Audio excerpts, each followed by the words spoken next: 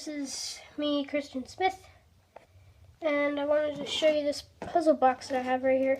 It's pretty dark, so I just put on my flashlight. Yeah, so this is like really hard puzzle box.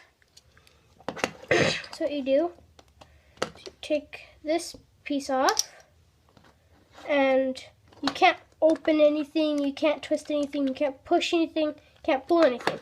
The thing is to twist it, spin it, and it opens. It's got this little storage in there, and the mechanism is this.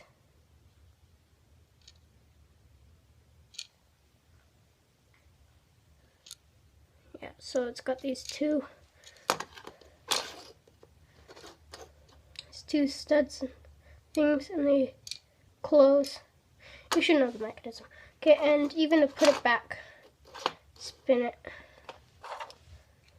put it in face this way, and put this piece on, and there's the puzzle box right there.